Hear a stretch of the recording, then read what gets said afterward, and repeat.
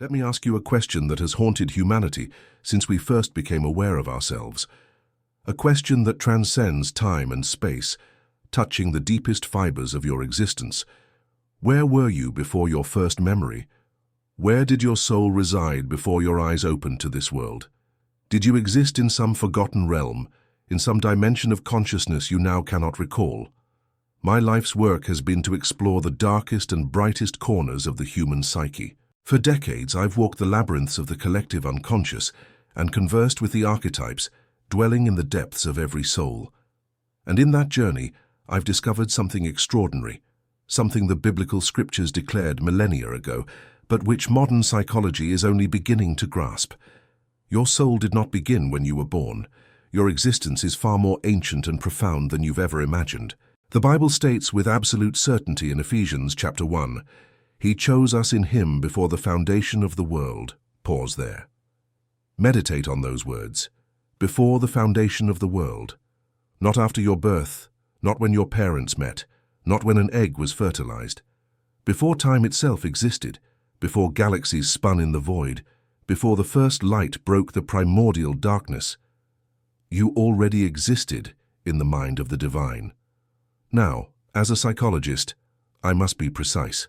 When we speak of the soul and its prenatal existence, we are not talking about a conscious entity floating in some literal heaven, awaiting its turn to be born.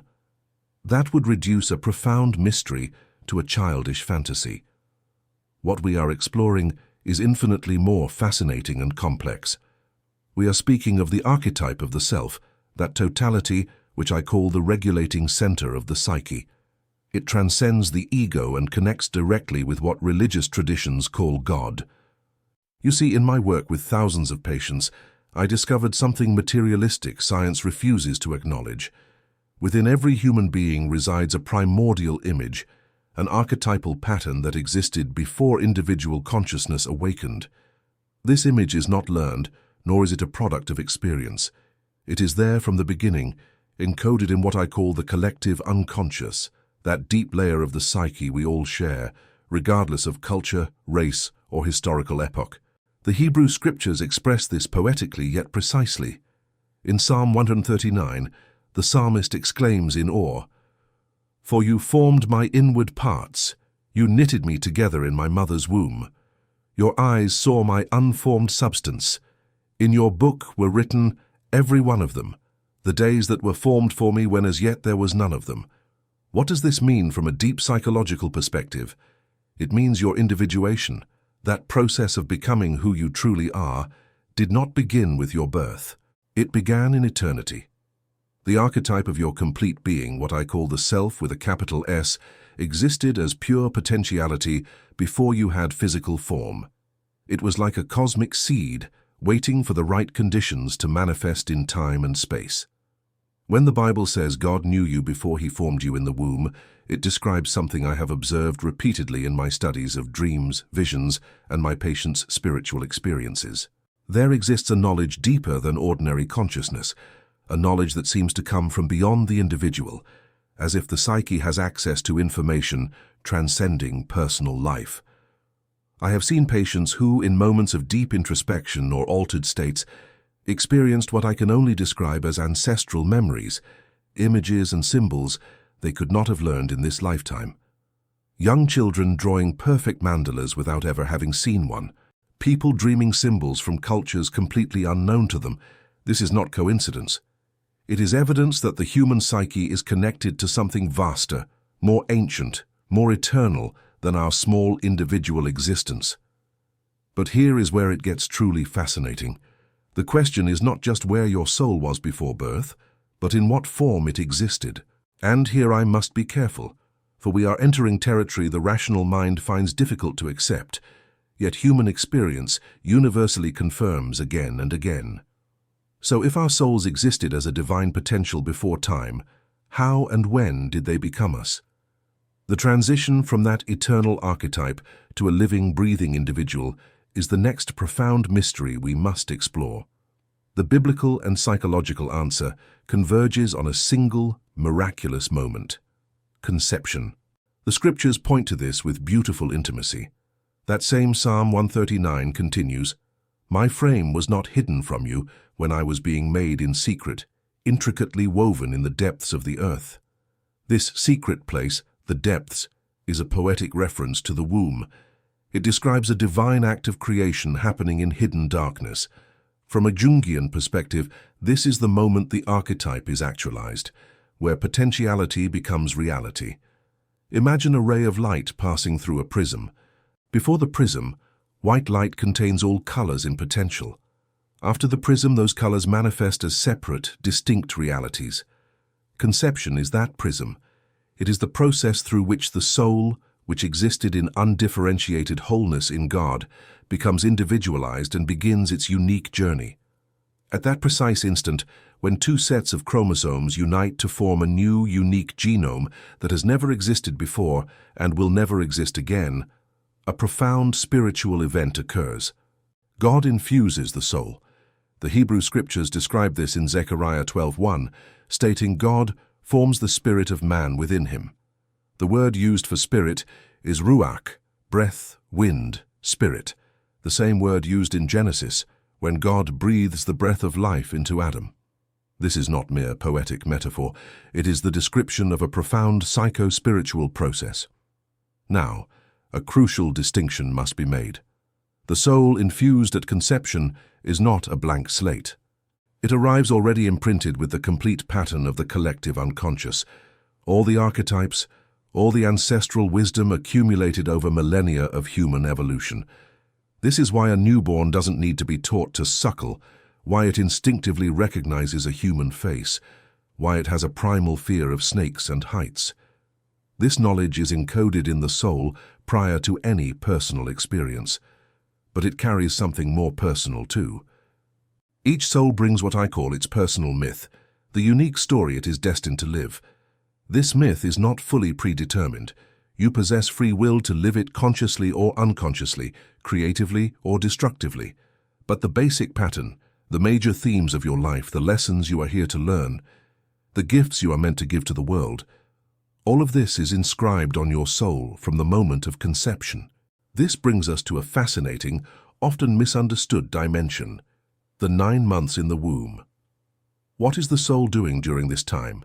Is it conscious? Does it have experiences? Modern science tells us the fetus gradually develops the neurological structures necessary for consciousness. But consciousness, in its deepest sense, is not merely a product of the brain. The brain is the organ through which consciousness manifests, not its source. The source is the soul, and the soul is present from conception. A captivating clue is found in the Gospel of Luke. When Mary, pregnant with Jesus, visits her cousin Elizabeth, who is pregnant with John the Baptist, we read, "And when Elizabeth heard the greeting of Mary, the baby leaped in her womb. For behold, when the sound of your greeting came to my ears, the baby in my womb leaped for joy." This is described not as a reflexive kick, but as a leap of joy, an emotional response to a spiritual presence. It suggests that even in the womb, there exists a level of perception and consciousness, however different from our ordinary waking state. From a Jungian view, we would say the fetus dwells primarily in the unconscious. Its experience is likely fluid, symbolic, non-verbal, similar to the world of dreams. It is utterly contained within the mother, experiencing her emotions, her heartbeat, the muffled sounds of the outside world. This is the first phase of individuation, a state of containment and development within the alchemical vessel of the womb. The medieval alchemists, who were truly exploring psychological processes under the guise of chemical symbolism, spoke of the vas hermeticum, the hermetically sealed vessel where transformation occurs. The womb is precisely that, the first vessel where the soul is contained, nourished, and protected as it builds the physical infrastructure needed for its full manifestation into the world. During these 9 months, the soul is in a state of incubation. The seeds of your personality, your temperament, your gifts are germinating in the darkness. You are being formed not just physically but psychologically, absorbing the first impressions of the world through the filter of your mother's body and psyche. This is why the mother's emotional state during pregnancy is so profoundly important. The soul of the child is in deep communion with the soul of the mother. Her emotions, thoughts, and experiences are literally shaping the developing psyche of the child. I have worked with many adults whose psychological troubles could be traced to prenatal or perinatal traumas, carrying nameless anxieties, inexplicable fears, and difficult relational patterns rooted in womb or birth experiences. This is not New Age fantasy. It is a demonstrable psychological reality. It sets the stage for the great and traumatic transition that comes next, the birth into the world of light, separation, and conscious life. This brings us to the cataclysmic event that bridges the hidden world of the womb and the conscious world of the individual: birth. For 9 months, the soul has been in a watery paradise, dark, warm, and perfectly contained. Every need is met automatically. There is no separation, no hunger, no cold. It is the closest we ever come to that unconscious paradisiacal wholeness.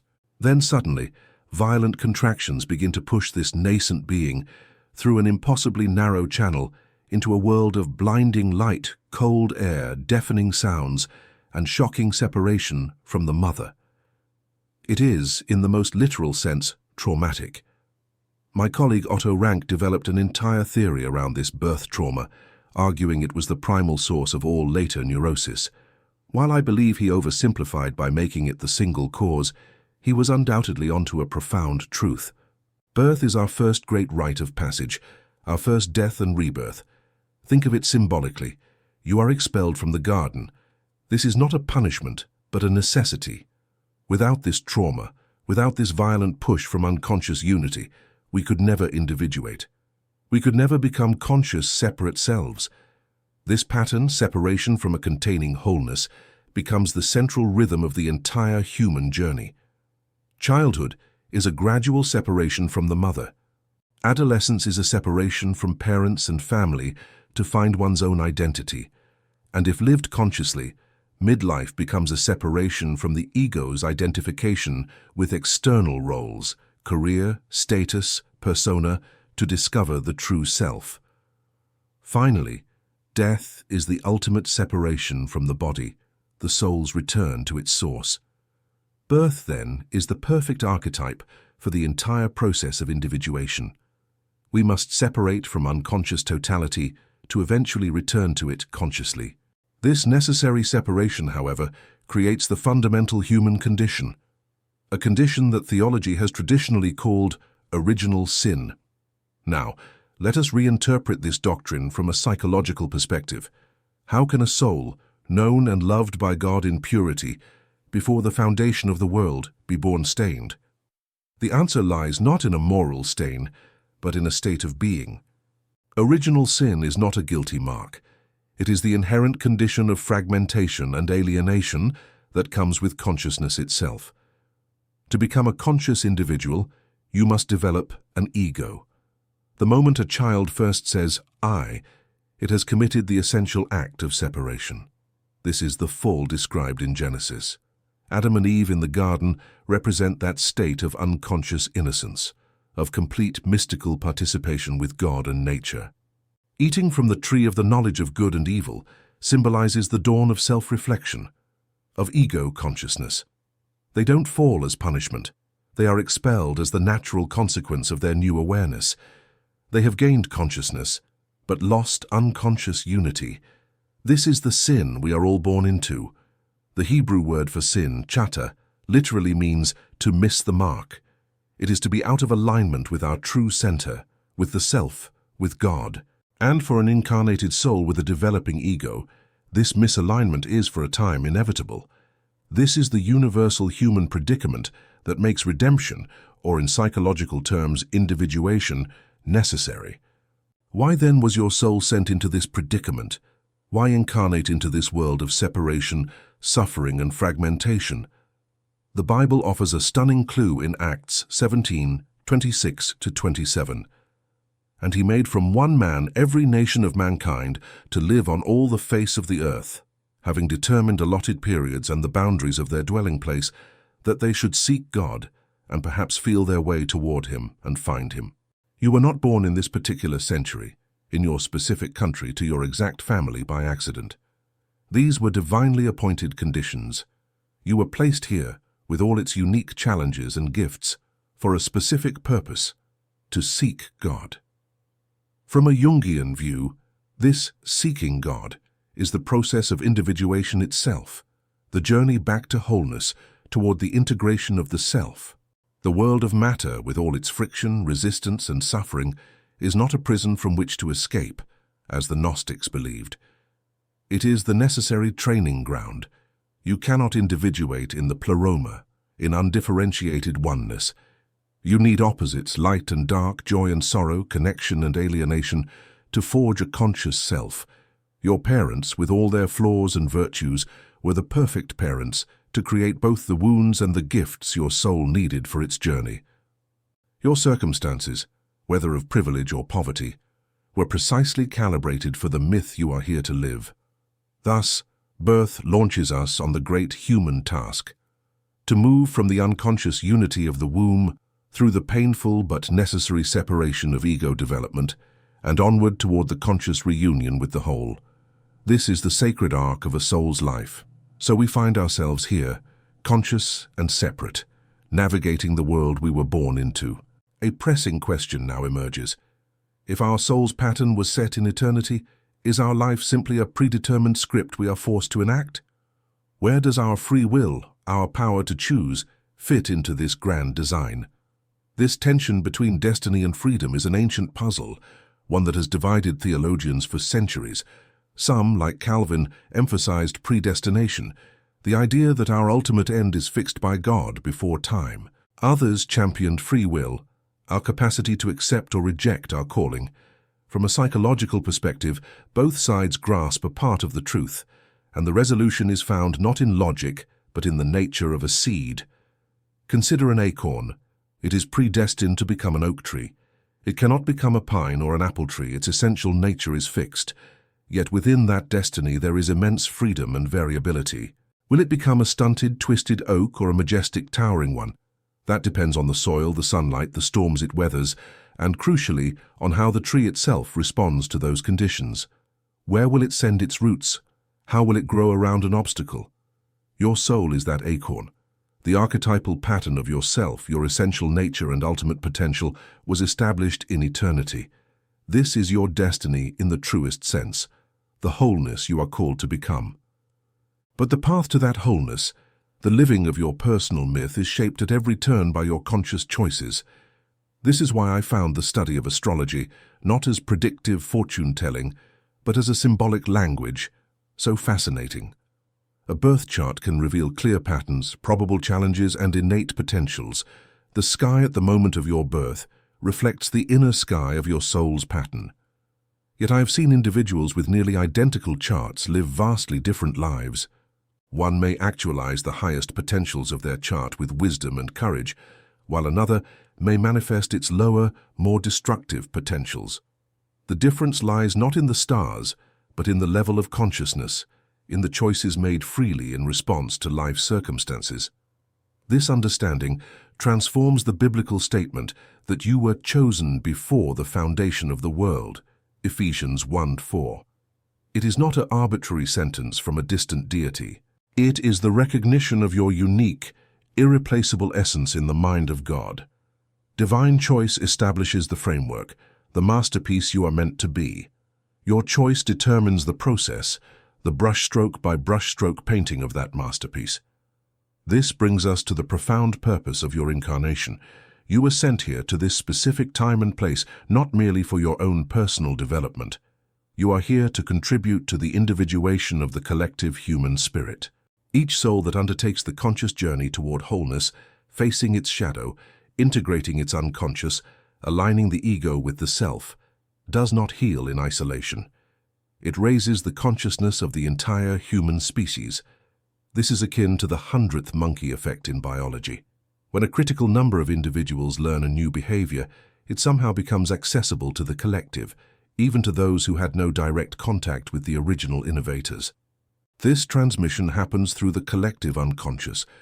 The psychological patterns you consciously integrate become part of the shared psychic heritage of humanity. Therefore, your life, however quiet or unknown it may seem, matters immensely to the whole. The very act of living consciously is a sacred service. The task of our modern era, fragmented as it is particularly crucial. We live in an age where spirit has been severed from matter, intuition from reason, and the unconscious from the conscious. Your soul's mission, then, is to be a bridge builder. Your individuation is part of the great mending, the reintegration of what has been torn asunder. By healing your own inner split, you help heal a fracture in the world soul itself. You were born into your exact family, with your specific gifts and wounds in this historical moment, because these are the perfect, the only, conditions for the unique contribution your soul is here to make.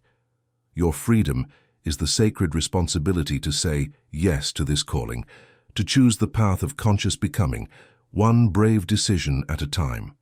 If our journey is from unconscious wholeness, through conscious separation, and back to conscious unity, we are not left without a guide. The Christian message offers something unique among the world's wisdom traditions. Not a set of rules to climb back to heaven, but the story of God descending into our fragmentation to show us the way home.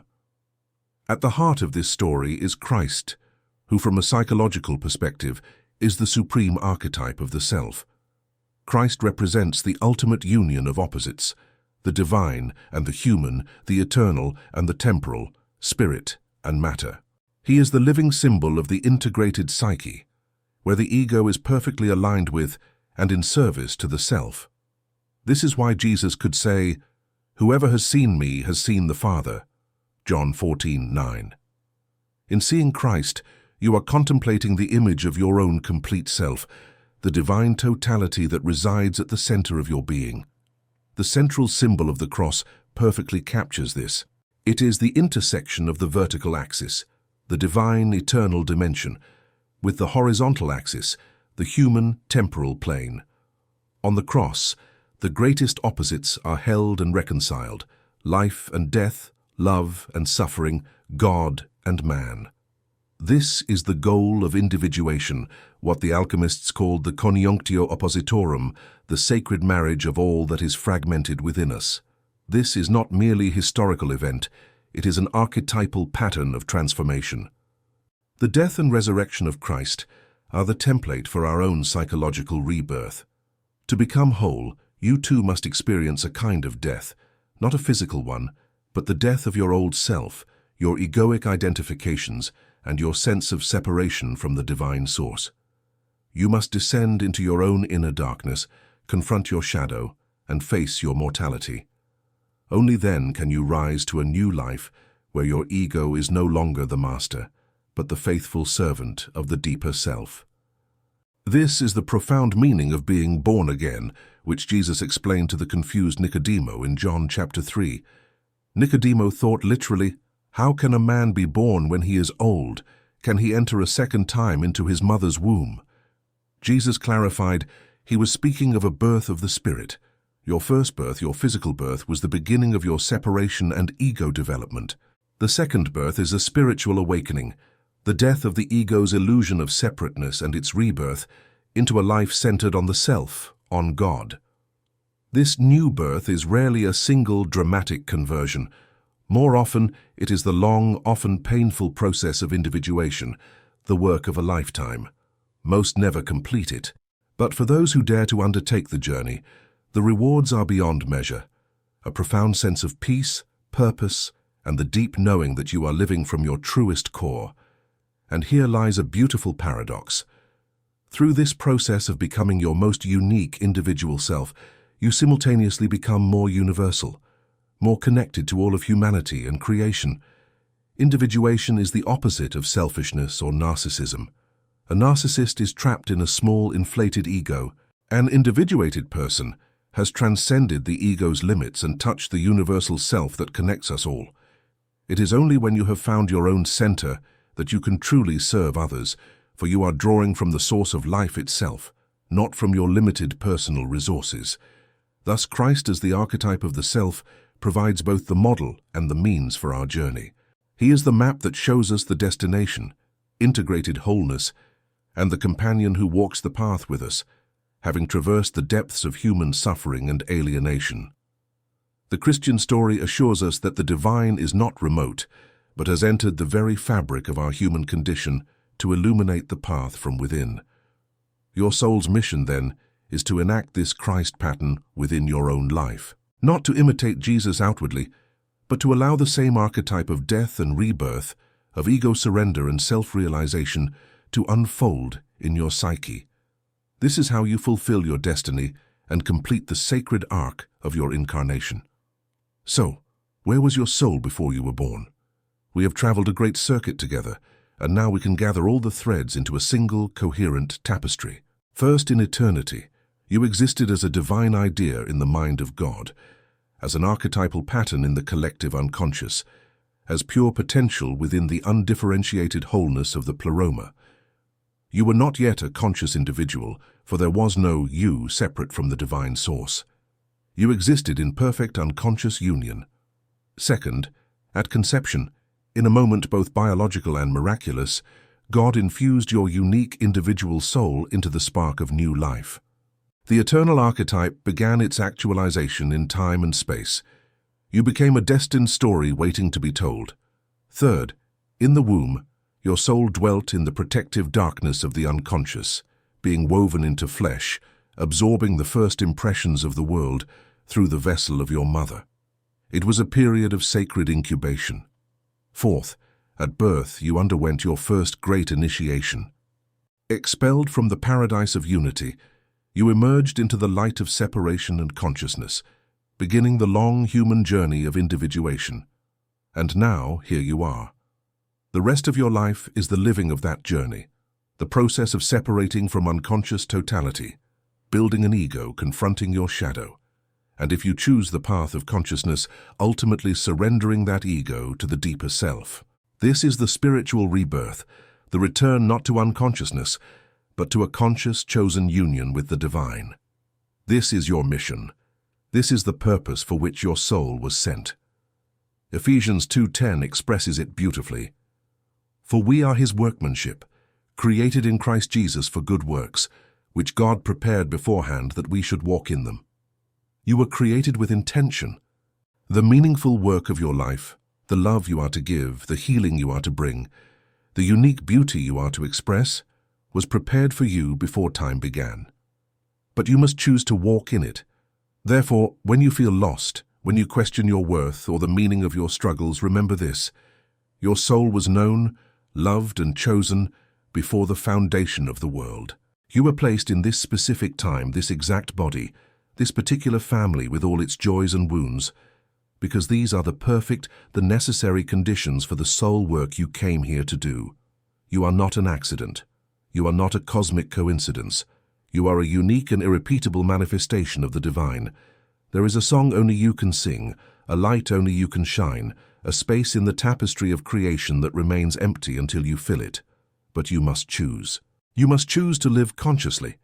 You must choose to face your shadow instead of projecting it onto others. You must choose to listen to the quiet voice of the self instead of the clamor of the ego. You must choose the often painful path of individuation, for it is the only path to true wholeness. And when you make these choices, something remarkable begins to happen. You will feel a guiding presence. You will notice synchronicities, meaningful coincidences that are not random, but signposts that you are aligning with your destiny. You will begin to live not as a leaf blown by the wind of circumstance, but as a conscious participant in the eternal story of your soul. This is the invitation. This is the call. Your life is not a problem to be solved, but a mystery to be lived. From the silent eternity before your birth, through the glorious and painful drama of your life, and back to the conscious embrace of the source. This is the sacred arc of a soul. Walk it consciously.